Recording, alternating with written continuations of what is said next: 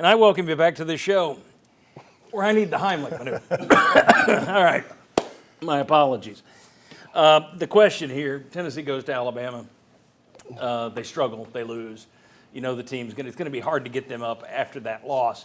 Now you're going on the road to Kentucky, a team that is 0-4 in the SEC. They took Texas to overtime last night, still lost.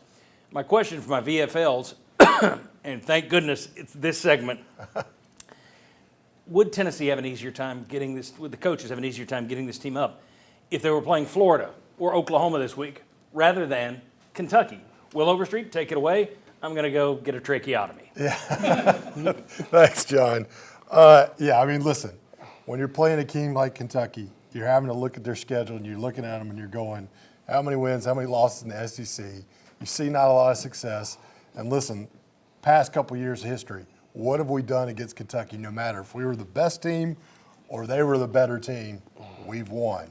I think this is a very difficult game for the coaching staff to get everybody focused and ready to play after a loss like Alabama. What do you think, Marlon? I would agree with you there, but here's what I will say. They better be up for this game.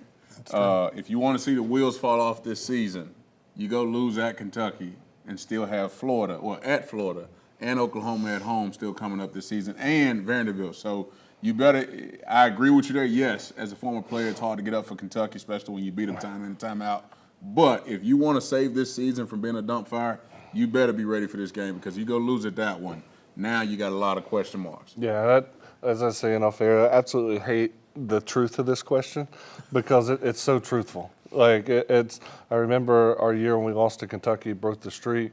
We had just lost the game before, and it was like we couldn't get up for that game. Tyler Bray and Rick Rogers were just doing whatever they wanted to do on that one.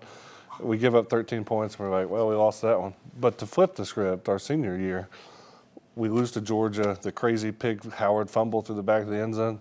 We probably had our best 2 weeks of practice because we had South Carolina, who's a top 10 team coming in, ended up playing well. And so I wish we had a better team this week, but Kentucky's who's on the schedule. And unfortunately, that's always the case, right? Because when you you can't keep up for every game. You can't be your utmost, out of bounds, ready and hyped to play. There's going to be a game or two where you're going to struggle to do that. This seems like the appropriate game to be that way. And you're hearing bad things right now. That's a bad loss we just took last night at Tuscaloosa.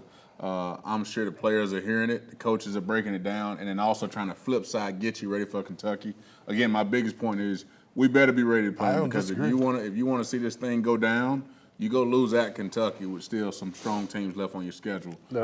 I would say let's just hope that they're viewing it as a stat game. Let's see if we can get our stats back up this game. And maybe they're viewing it that way. That's my finger crossed, my little sunshine moment there. There you go. Well, John, I think the answer is yes. I would much rather have Florida or Oklahoma than to have a bad Kentucky or bad record Kentucky team that you're going to have to play and get this team up for. Very good. Thanks, guys. I appreciate it. And, boy, I'm much better now. I should be drinking the Al Wilson's hard-hitting tea because it's sweet tea, also with just a taste of apple wine mixed in with it. And that right there, what you see there, that's how you go back and cover the ad after coughing through the first part of it. Thanks to those guys.